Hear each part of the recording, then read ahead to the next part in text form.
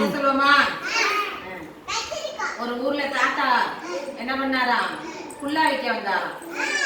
குல்லா விற்க வந்து என்ன விற்க வந்தாரு? குல்லா விற்க வந்தாரு. அவர் என்ன பண்ணாரு?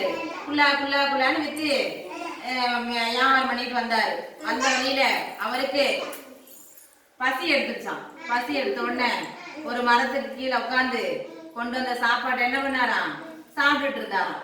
சாப்பிட்டு முடிச்ச உடனே அந்த உடனே ஒரு மாதிரி டயர்ட் ஆயிடுச்சு அவருக்கு.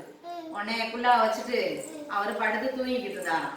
பாத்தீங்கன்னா அந்த மரம் ஃபுல்லா சின்ன குரங்கு பெரிய குரங்கு நிறைய குரங்கு இருந்துச்சான். அந்த மரத்துல மரம் ஃபுல்லா குரங்கா விளையாண்டுட்டு இருந்துச்சான். இவர் என்ன பண்ணிட்டாராம்? சாப்பிட்ட உடனே தூங்கிட்டாராம். அந்த குரங்கெல்லாம் கீழே இறங்கி வந்து என்ன பண்ணுச்சான்? அந்த குல்லாவெல்லாம் எடுத்து தலையில மாட்டிக்கிட்டு சைன் சைன் மேல ஏறி இங்கிட்ட அங்கிட்ட குதிச்சு விளையாண்டுகிட்டு இருந்துச்சான். உடனே தாத்தா கொஞ்ச நேரம் தூங்கி எந்திரிச்சு பார்த்தாராம். ஒரு குல்லாவுமே இல்லையாம். மேல பார்த்தா குரங்கெல்லாம் தலையில மாட்டிக்கிட்டு இங்கிட்ட ஆடிட்டு இருந்துச்சான். உடனே தாத்தாவுக்கு ரொம்ப கஷ்டமா போயிருச்சான்.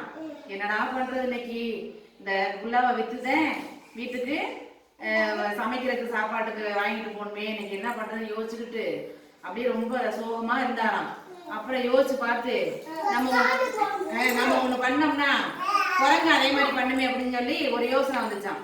உடனே என்ன பண்ணாரா தாத்தா அவர் தலையில இருந்த தொப்பியை தூக்கி அப்படியே கீழே போட்டாராம். கீழே போட்டோன்னே குரங்கு எல்லாம் பார்த்துட்டே இருந்துச்சான். என்ன பண்றாரு தாத்தா, என்ன பேர் அப்படி பண்றாருன்னு சொல்லிட்டு உடனே குரங்கு என்ன பண்ணிச்சான்? ஒரு குரங்கு என்ன பண்ணிச்சான்? கீழே தூக்கி போட்டுச்சான். தொப்பியை தூக்கி கீழே போட்ட உடனே மரத்துல இருங்க அந்த குரங்கு எல்லாம் என்ன பண்ணிச்சான்? அந்த தொப்பியெல்லாம் கீழே போட்டுச்சான். போட்ட உடனே தாத்தா என்ன பண்ணாராம்?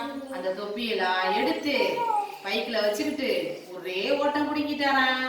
உடனே குரங்கெல்லாம் பார்த்துக்கிட்டே இருந்துச்சான். சூப்பர், நல்லா இருக்கா?